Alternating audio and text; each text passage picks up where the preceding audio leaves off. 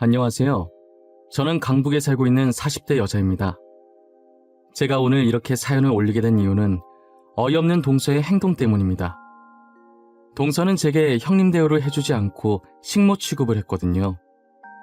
그렇다고 제가 동서에게 깍듯하게 형님 대우했으면 좋겠다고 바란 건 아니었어요. 그냥 사람 대 사람으로 어느 정도 예의가 있었으면 좋겠다고 생각한 게 다예요. 동서에게는 그게 그렇게 어려운 일이었을까요? 지금부터 저의 이야기를 여러분들께 들려드릴게요. 동서는 평범한 집안의 명문대에 나와 똑똑하고 영특했거든요. 그 똑똑한 머리로 시아버지를 자기 손 위에 두고 쥐락펴락하기 시작했어요. 시아버지께서는 집안 다 필요 없다며 자기 인생은 자기가 사는 거라면서 현재 대기업에 잘 다니고 있는 동서를 무척이나 이뻐하셨어요. 저는 동서처럼 명문대에 나온 것도 대기업에 다니는 것도 아니지만 집안이 나름 잘 사는 편이라서 시아버지께서 결혼을 허락한 것이었어요. 시아버지께서 동서에게 늘 집안 다 필요 없다는 얘기를 할 때마다 괜히 제가 죄인인 것 마냥 마음이 뒤숭숭해지더라고요.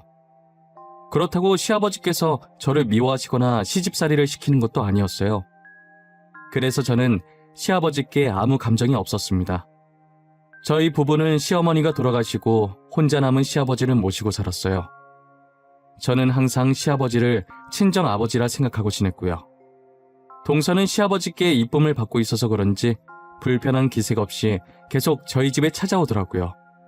마치 일부러 질투를 느끼게 하고 싶은 건지 저 보란듯이 시아버지께 쪼르륵 달려가더라고요. 저희 집이 그래도 나름 시댁인데 자기는 하는 것 없이 저한테 얻어만 먹고 갑니다. 그러면서 제게 조금씩 혼수를 두기 시작하더라고요. 형님, 제가 매번 찾아와서 귀찮게 하는 건 아닌가 싶어요. 괜히 저 때문에 형님이 이렇게 수고스럽게 밥까지 차리시고 말이에요. 아니야, 동서. 시댁을 편하게 생각하는 사람이 몇 없는데 동서가 참 대단한 것 같아. 이렇게 매일같이 우리 집에 찾아오고 말이야. 이상하게 여긴 시댁 같은 느낌이 전혀 없고 마치 제 집처럼 편안한 거 있죠?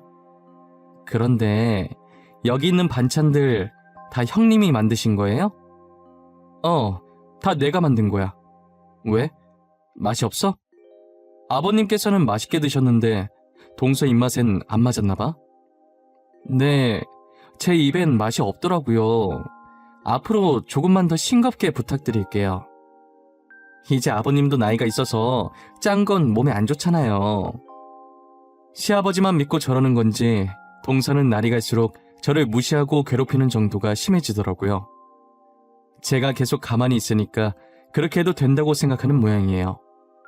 마치 자기가 저보다 손이 사람인 것처럼 행동하려는 꼴이 정말 가관이었어요. 계속 저를 가르치려고 들고 자기 입맛대로 가지고 놀려고 하더라고요. 하지만 이런 행동도 시아버지가 안 보실 때만 하니 제가 미칠 지경이었어요. 그래도 제가 동서보다 나이도 많고 형님이니까 어떻게든 혼자 참고 넘어가려고 했어요. 그러다 동서와 함께하는 첫 명절이 다가왔고 동서는 명절이 끝나도록 시댁에 오지 않았어요. 저는 어차피 지금껏 혼자 음식을 다 했었기 때문에 동서가 와도 별 도움이 안 될 것 같아서 오히려 동서가 오지 않는 게 제 마음이 더 편했어요. 동서가 와서 하는 일이라고는 저의 화를 돋구는 일밖에 없으니까요. 저는 동서가 계속 안 오길래 이미 시아버지랑 얘기가 다 끝난 줄만 알고 있었어요. 그런데 동서는 시아버지께 별다른 말도 없이 용돈만 보냈더라고요. 내가 아주 오냐오냐 해줬더니 둘째 간이 배 밖으로 나온 게야. 그러지 않고서야 어떻게 이렇게 싸가지 없이 돈만 달랑 보내? 돈이면 단 줄 알아? 아버님, 동서가 돈만 보냈어요? 별다른 말은 없었고요. 아니, 결혼하고 처음 맞은 명절인데 어떻게 그럴 수가 있어요? 내 말이 그 말이야. 이쁘다 이쁘다 했더니 지금 이게 뭐하는 짓이야? 나를 지금 물로 보고 이러는 거야? 안 되겠어. 내가 오늘 따끔하게 한마디 해야지. 시아버지께서 처음으로 화가 많이 나셨더라고요. 당장 한마디 해야겠다면서 동서에게 전화를 걸기 시작하셨어요. 둘째야, 너 지금 이게 어디서 배워먹은 행동이냐? 돈만 달랑 보내면 다냐? 너는 어른에 대한 예의라는 게 없는 게야. 아버님, 저도 첫 명절이라 정말 가고 싶었는데요. 제가 지금 임신을 해서 몸이 안 좋아요. 직접 가서 말씀드리고 싶었는데 음식 냄새를 못 맡겠어요. 정말 죄송해요. 뭐? 임신을 했다고? 아이고, 우리 며느리 장하다, 장해. 수고했어. 진작에 말을 하지. 나는 그것도 모르고 너한테 화만 냈잖아. 그래, 몸이 안 좋으면 푹 쉬어야지. 걱정하지 말고 쉬어. 정말 죄송해요, 아버님. 제가 나중에 따로 시댁에 찾아뵐게요. 명절 잘 보내세요. 금방이라도 뒤집어 엎을 것처럼 얘기하시던 시아버지께서는 동서가 임신했다고 하자 바로 철부지 시아버지로 변하시더라고요. 저는 그런 시아버지를 보는데 사람이 참 단순해 보이면서 한편으로는 한심했어요. 저러니까 아무것도 모르고 동서 소나기에서 놀아나는 것 같았어요. 시아버지께서 하루빨리 동서의 여우 같은 본성을 알아차렸으면 좋겠다고 생각했습니다. 동서는 임신과 동시에 콧대가 올라가 아주 하늘을 찌를 기세더라고요. 매일 시댁에 찾아와서 저를 괴롭히는 걸 취미로 두기라도 한 것인지 이젠 저를 아주 대놓고 식모 취급을 하기 시작했어요. 저한테 대놓고 말하는 게 아니라 이제는 시아버지를 이용해서 저를 부려먹더라고요. 아버님, 뱃속의 아기가 잡채가 먹고 싶은가 봐요. 어제부터 잡채가 너무 생각나는 거 있죠? 그런데 제가 요리를 못해서 못 만들어 먹겠는 거예요. 그래서 결국 못 먹었어요. 그래? 우리 손주가 잡채가 먹고 싶대? 잡채가 먹고 싶으면 만들어줘야지. 우리 첫째가 잡채를 또 기똥차게 잘 만들어. 잠깐만 기다려봐. 금방 될 거야. 아버님 괜찮아요. 그렇게까지 안 하셔도 돼요. 제가 형님 귀찮게 한 것 같아서 죄송해요. 그냥 집 가는 길에 사서 먹을게요. 저는 진짜 괜찮아요. 아니야. 여기서 먹고 가. 왜 굳이 사서 먹어? 아기가 먹고 싶다는데. 먹고 싶은 거 못 먹으면 나중에 서러워서 안 돼. 결국 저는 시아버지의 등살에 어쩔 수 없이 동서의 밥상을 차려주었어요. 저는 도대체 제가 왜 동서에게 음식을 해다 바쳐야 하는지 모르겠더라고요. 하지만 시아버지께서 저에게 부탁한 게 처음이라 아무 말 없이 잡채를 만들어 주었습니다. 동서는 잡채를 보자마자 박수까지 치면서 젓가락을 들더라고요. 그러더니 한 입 먹고 젓가락을 탁 소리나게 내려놓더니 음식 맛이 이상하다고 난리를 치기 시작했어요. 아, 형님, 이게 뭐예요? 왜 이렇게 맛이 없어요? 해주기 싫으면 해주기 싫다고 말로 하시지. 왜 음식 가지고 장난을 치고 그러세요? 이건 아니죠. 맛이 이상하다고? 아닌데. 첫째가 해주는 잡채가 제일 맛있는데 내가 한번 먹어보지. 둘째야, 뭐가 문제라는 거야? 내 입에 맛만 좋은데 왜 그래? 아버님, 도대체 이게 뭐가 맛있다는 거예요? 형님 죄송한데 다시 만들어주세요. 이건 도저히 아닌 것 같으니까 제대로 만들어달라고요. 저는 평소에 싸우는 걸 별로 좋아하지 않고 어떤 일이든 그냥 조용하게 넘어가려고 하는 평화주의자예요. 그래서 웬만한 일에도 화를 잘 안 내려고 하는 성격인데 이건 도저히 화를 참을 수가 없겠는 거예요. 결국 저는 처음으로 동서에게 소리를 질렀고 동서는 울먹거리기 시작하더라고요. 동서, 진짜 해도 해도 너무한 거 아니야? 내가 동서 손아래 사람이야? 나 동서보다 나이도 많고 형님이야. 내가 왜 동서 입맛까지 맞춰줘야 해? 제가 형님한테 차려달라고 한 것도 아니었잖아요. 아버님이 차려달라고 했는데 왜 그래요? 형님이 음식 가지고 장난을 치니까 다시 해달라고 한 거죠. 제가 못할 말 했어요? 동서는 내가 계속 아무 말 안 하니까 만만하게 행동해도 된다고 생각한 거야? 좋은 게 좋은 거라고 그냥 넘어가려니까 갈수록 도가 너무 지나치네. 형님, 말 진짜 이상하게 하시네요. 제가 뭘 어쨌다고 그러세요? 제가 형님한테 뭘 어떻게 했길래 형님이 그냥 넘어갔는데요. 자, 다들 그만. 첫째야, 너가 윗사람이니 그냥 참아줘. 둘째가 지금 홀몸이 아니잖아. 둘째, 너도 지금 임신해서 많이 예민해진 것 같네. 첫째한테 그러는 거 아니야. 둘 다 여기서 그만해! 시아버지께서는 중간에 껴서 저와 동서를 말리기 바쁘셨어요. 동서는 시아버지께서 말리든 말든 끝까지 제게 달려들면서 씩씩거리더라고요. 똥이 무서워서 피하는 게 아니잖아요. 저는 그냥 똥 밟았다고 생각하고 동서를 무시했어요. 저는 상을 치우면서 동서 보고 지금은 얼굴을 보고 싶지 않으니까 집으로 돌아가라고 했어요. 동서는 안 그래도 지금 가려고 가방 들었다면서 쿵쾅거리면서 그대로 나가더라고요. 명문대 나와서 대기업 다니면 뭐하나요? 저렇게 하는 짓이 어린아이인데 말이에요. 저는 그렇게 시집살이 아닌 시집살이를 살고 있었어요. 솔직히 시아버지께서는 제게 시키시는 일이 없어서 같이 살기에 정말 괜찮았거든요. 동서만 없으면 제가 이런 고생을 안 해도 된단 말이에요. 제가 왜 동서에게 음식을 바치고 있는지 정말 알다가도 모르겠어요. 저는 언젠가 동서와 연을 끊겠다고 이를 아득바득 갈고 있었어요. 그러다 3달 후 시아버지의 행동이 조금 이상해지시더라고요. 평소에도 건망증이 살짝 있으셨지만 요즘 따라 유달리 심해지는 느낌이었어요. 저는 시아버지를 모시고 병원에 가봐야겠다는 생각이 들었어요. 남편은 중요한 프로젝트가 있어서 당분간은 회사를 뺄 수가 없어서 일단 저만 월차를 내고 시아버지를 모시고 병원에 갔습니다. 병원에 가서 검사를 받았는데 현재 치매 초기라는 진단을 받았어요. 의사는 그래도 시아버지 정도면 다행히 심한 편은 아니라고 하더라고요. 저는 시아버지를 요양원에 보내기는 좀 그래서 남편하고 의논한 뒤 제가 일을 그만두고 집에서 시아버지를 보살피기로 했어요. 남편은 늘 제 의견을 존중해주는 사람인지라 일을 그만두겠다고 해도 반대하지 않았어요. 오히려 제게 본인 아버지를 떠안게 한 것 같아 미안해했죠. 저는 시아버지께서 치매에 걸리셨다는 소식을 동서한테도 전했어요. 그랬더니 혹시나 자기들 보고 시아버지를 보살펴달라고 할까봐 그런 건지 저희 집을 제 집 드나들듯 자주 찾아오던 동서의 발길이 뚝 끊긴 거예요. 사람의 속이 어쩜 그리도 훤히 보이는지요. 동서도 그렇고 서방님도 그렇고 정말 꼴보기 싫어졌어요. 그런데 시아버지께서는 날이 갈수록 치매 증상이 심해지시더라고요. 처음엔 건망증이 약간 심한 정도였는데 이젠 가끔씩 저희 부부도 못 알아보시고 몇 년 전 돌아가신 시어머니만 계속 찾고 계실 정도예요.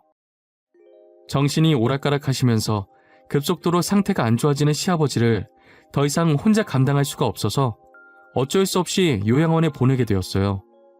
저는 틈틈이 요양보호사 공부를 했고 자격증을 취득한 뒤 시아버지께서 계신 요양원에 들어갔어요. 정신이 가끔 돌아오실 때는 시아버지께서 항상 제게 미안하다는 말씀만 하셨었어요. 첫째야, 내가 그동안 너를 챙겨주지 못해서 미안하구나. 둘째만 이뻐해서 많이 서운했을 거 나도 안다. 그래도 나를 버리지 않고 보살펴줘서 고맙구나. 무슨 말씀이세요? 제가 왜 아버님을 버려요? 며느리도 딸이나 마찬가지인데 제가 모시는 건 당연한 거죠. 아버님께 서운한 거 전혀 없어요. 그동안 살면서 구박 한 번 안 하셨잖아요. 어쩜 이렇게 다를까? 확실히 첫째는 첫째구나. 늘 내가 너한테 많이 미안하고 고마워. 둘째는 어떻게 된 게 연락 한 통이 없는지. 내가 둘째를 얼마나 이뻐했는데. 동서도 회사 다니느라 바쁠 거예요. 대기업 다니는 게 어디 쉽나요? 여유 있을 때 연락할 거예요. 조금만 기다려보세요. 아니면 제가 한번 연락해 볼까요? 아니다. 됐어. 전엔 뭐 대기업에 안 다녀서 우리 집에 자주 왔니? 이제 내가 이 모양 이 꼴이니 보기 싫은 게지. 나도 다 알고 있어. 시아버지께서는 그렇게 아끼던 동서가 자신을 찾지 않자 실망감이 크신 것 같았어요. 정말 본인의 친자식들보다 더 친딸처럼 예뻐하셨었거든요. 동서를 그리워하는 시아버지를 보니 조금 안쓰럽기도 했어요. 제가 먼저 동서에게 연락을 해볼까도 했지만 시아버지께서 극구 말리시는 바람에 연락을 하지 못했어요. 요양원에 계시면서 시아버지께서 건강검진을 받게 되셨는데 검사 결과가 꽤나 심각했어요. 아버님 뇌에 커다란 종양이 발견됐다고 하더라고요. 저는 의사에게 지금 당장 수술할 수 없냐고 물었죠. 하지만 종양의 크기가 생각보다 커서 수술을 진행할 수가 없다고 말씀하시더라고요. 살아계시는 동안 하고 싶다는 거 다 하게 해주라고 하면서요. 살 날이 얼마 남지 않은 시아버지께서는 동서를 보고 싶어 하셨어요. 저는 그 말을 듣고 곧장 동서에게 전화를 했어요. 동서 난데 오랜만이네. 아버님께서 동서 많이 보고 싶어 하셔. 평소에 아버님이 동서 많이 아끼셨잖아. 찾아오게 그러면 전화라도 한번 해드리던가 해. 네, 알겠어요. 나중에 제가 알아서 할게요. 지금 조금 바빠가지고요. 시간 날 때 전화 드리던가 할게요. 그래, 꼭 전화 줘. 아버님이 계속 동서만 찾더라. 나중에 후회하지 말고 시간 내서라도 전화 드려줘. 부탁이야. 아, 알았다고요. 제가 알아서 하겠다니까요. 이만 바빠서 끊을게요. 동서는 대충 알겠다는 대답만 하고 바쁘다면서 제 전화를 먼저 끊더라고요. 그리고 한참을 안 오다가 2달 뒤에 갑자기 시아버지를 찾아와서는 펑펑 울기 시작하더라고요. 저는 동서가 억지로 연기하면서 눈물을 짜내는 게 눈에 보여서 꼴보기 싫더라고요. 정말 여기에 조금만 더 있었다가는 금방이라도 토할 것 같았어요. 그래서 동서가 나올 때까지 병실 밖으로 잠시 나가서 바로 앞 의자에 앉아 있었죠. 제가 병실에서 나온 지 1, 2분 정도 뒤에 동서의 울음이 뚝 끊기더라고요. 그러더니 시아버지께 이야기하는 소리가 들리더라고요. 제가 아주 나간 줄 알았던 건지 동서는 아픈 시아버지 앞에서 화를 내기 시작했어요. 아버님, 왜 저희 속이셨어요? 그동안 저희한테 건물 한 채밖에 없다고 하셨잖아요. 어떻게 그렇게 많은 재산이 있으면서 모르는 척 속일 수가 있으시냐고요. 난 너희를 속인 적이 없다. 그냥 말을 안 했을 뿐이지. 어떻게 내 재산을 알아냈는지는 모르겠지만 설마 그 재산이 탐나서 이렇게 내 앞에 나타난 거야? 애초에 미리 재산이 있다고 말씀하셨어야죠. 형님은 다 알고 계셨던 거죠. 그래서 이렇게 아버님 끼고 살았던 거죠? 제 말이 맞죠? 어쩌다 우리 집안에 이런 요물이 들어왔을까? 그동안 너를 이뻐했던 내 자신이 너무 한심하고 자괴감이 드는구나. 말 피하지 말고 대답하세요. 형님은 다 알고 있어서 아버님 모시고 산 거 아니에요? 혼자 아버님 재산 다 받으려고 이러는 거 아니냐고요. 너는 생각하는 수준이 그거밖에 안 되냐? 첫째는 내가 재산이 많다는 거 모른다. 너네도 몰랐다가 지금 한 것 아니냐? 첫째가 무슨 수로 알겠어? 그럼 형님이 아시기 전에 유언장 작성해 주세요. 저 예뻐하셨잖아요. 지금 당장 저희에게 주겠다고 작성해 달라고요. 저는 밖에서 가만히 듣자 하니 동서가 선을 넘기 시작하더라고요. 화가 정말 머리끝까지 나서 온몸이 부들부들 떨렸어요. 그대로 병실 문을 박차고 들어가서 지금 이게 어른한테 뭐하는 짓이냐고 난리쳤어요. 동서, 지금 이게 뭐하는 짓이야? 어른한테 말버릇이 그게 뭐야? 유언장을 적으라고? 진짜 제정신이 아니구나. 동서가 사람이야? 어떻게 그럴 수가 있어? 형님, 언제부터 거기 계셨어요? 다 들은 거예요? 아니, 저는 그게 아니라 지금 오해가 있으신 것 같아요. 저는 그냥 아버님께서 살아계실 때 재산 분배하는 게 좋을 것 같아서. 지금 아픈 아버님한테 유언장 적으라는 게 옳은 행동이니? 어쩜 동서는 철이 안 들어? 언제까지 어린애처럼 굴 거야? 너네 친정아버지한테 나가서 어린광 부려. 제 말 좀 들어보세요, 형님. 그게 아니라니까요? 왜 제 말은 들으려고 하지도 않으세요? 아니긴 뭐가 아니야. 처음부터 끝까지 동서가 말하는 거 다 듣고 있었는데 아버님 재산이 그렇게 탐났니? 그래서 건물 하나라도 받으려고 시댁에 들락날락거린 거고? 제가 동서한테 윽박 지르고 있는데 이상하게 뭔가 이상한 기분이 들더라고요.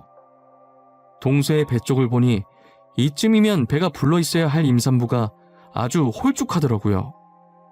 그리고 동서 임신한 거 맞아? 지금 임신한 지 6, 7개월 되지 않았나? 그런데 배가 왜 이렇게 홀쭉해? 설마 임신한 것도 거짓말이었어? 그래요. 저 임신 안 했어요. 거짓말 쳤어요. 왜요? 거짓말하면 안 돼요? 명절에 시댁 식구들 다 모인 자리에 가기 싫어서 그랬어요. 그래서 제가 아버님께 용돈 보내드렸잖아요. 동서는 끝까지 이기적이고 자기밖에 모르는구나. 더 이상 동서랑 말 섞고 싶지도 않아. 당장 여기서 나가. 아버님 스트레스 주지 말고 나가라고. 그리고 다신 우리 앞에 나타나지 마. 저는 두 번 다시 동서 얼굴을 보고 싶지 않았어요. 시아버지께서는 동서가 떠난 뒤 지금 유언장을 작성해야겠다는 거예요. 그러더니 그 자리에서 변호사를 부르시고 공증을 받으셨어요. 유언장에는 자신의 재산 전부를 저희 부부에게 주겠다며 동선에는 단 한 푼도 줄 수 없다고 적으셨어요. 시아버지께서는 죽는 날까지 다시는 동서가 보고 싶지 않다고 말씀하셨어요. 그리고 동서의 행동을 보고도 말리지 않는 서방님도 보고 싶지 않다고 하셨어요. 서방님은 이제껏 동서가 알아서 하겠다는 말만 듣고 어떻게 행동했는지는 모르고 있었어요. 아버님께서 따로 서방님께 연락을 해서 가타부타 하지 않으셔서 정말 알아서 잘 했겠거니 했대요. 저도 몰랐는데 동서 말대로 시아버지께서 가족들 몰래 재산을 많이 가지고 있었더라고요. 저희 모두 건물 한 채가 다인 줄 알았는데 부동산에 투자를 많이 하셔서 알부자셨어요. 동서는 처음에 건물 한 채를 자기가 독차지하겠다고 그렇게 시아버지 옆에서 여우짓을 한 것이었어요. 그런데 건물 하나 때문에 굳이 아픈 시아버지를 모시고 싶진 않아서 포기하고 연락을 끊은 것이에요. 그러다 엄청난 부동산 재벌이었다는 걸 알고 눈이 돌아간 거죠. 시아버지께서는 3개월 정도 살 수 있다고 했던 의사의 말과는 달리 저희와 6개월 정도 더 살다가 잠자듯 조용히 눈을 감으셨어요. 그렇게 시아버지의 모든 재산은 유언장에 적힌 대로 저희 부부가 가지게 되었습니다. 동서는 시아버지의 장례가 끝난 후 제게 찾아와 울면서 매달리더라고요. 형님, 제가 그땐 정말 죄송했어요. 많이 반성했어요. 그러니까 제발 아버님 재산 조금만 나눠주시면 안 될까요? 동서는 어쩜 끝까지 염치가 없을 수가 있어? 동서가 아버님한테 어떻게 했는지 기억 안 나? 그러면서 지금 뻔뻔하게 아버님 돈을 받겠다고 이러는 거야? 제가 몹쓸 짓 했던 거 다 알아요. 근데 저 진짜 반성 많이 했어요. 믿어주세요. 제발 사람 한 명 살리는 셈 치고 조금만 나눠주세요. 네? 형수님, 제가 집사람 많이 야단쳤어요. 저도 집사람이 아버님께 그렇게까지 했을 줄은 몰랐어요. 그래도 저는 아버지 아들인데 아무리 집사람이 잘못했어도 저한테는 얼마라도 줘야 하는 거 아니에요? 제가 봤을 땐 서방님이 제일 나빠요. 두 분이 왜 결혼했는지 잘 알겠네요. 사람은 끼리끼리 만난다더니 두 분 정말 잘 어울리세요. 평생 둘이서 오손도손 잘 사셨으면 좋겠어요. 저는 동서와 서방님께 어떤 독한 말을 해도 본이 풀리지 않았어요. 저희 남편도 마찬가지였는지 두 사람에게 소금을 뿌리면서 양심이 있으면 다시는 우리 앞에 나타나지 말라고 소리 질렀어요. 소금을 맞은 동선에는 꽁지 빠지게 도망가더라고요. 역시 만만한 게 저였는지 그 뒤로도 동서와 서방님이 제게 전화해서 질척거리더라고요.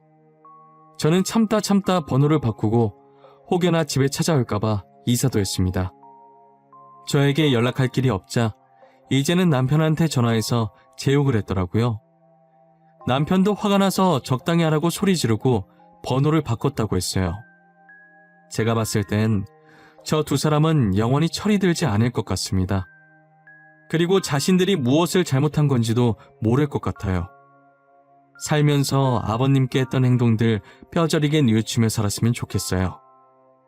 제 사연을 들어주신 모든 분들 따뜻한 겨울 보내시고 행복한 시간 많이 보내시길 바랍니다. 감사합니다.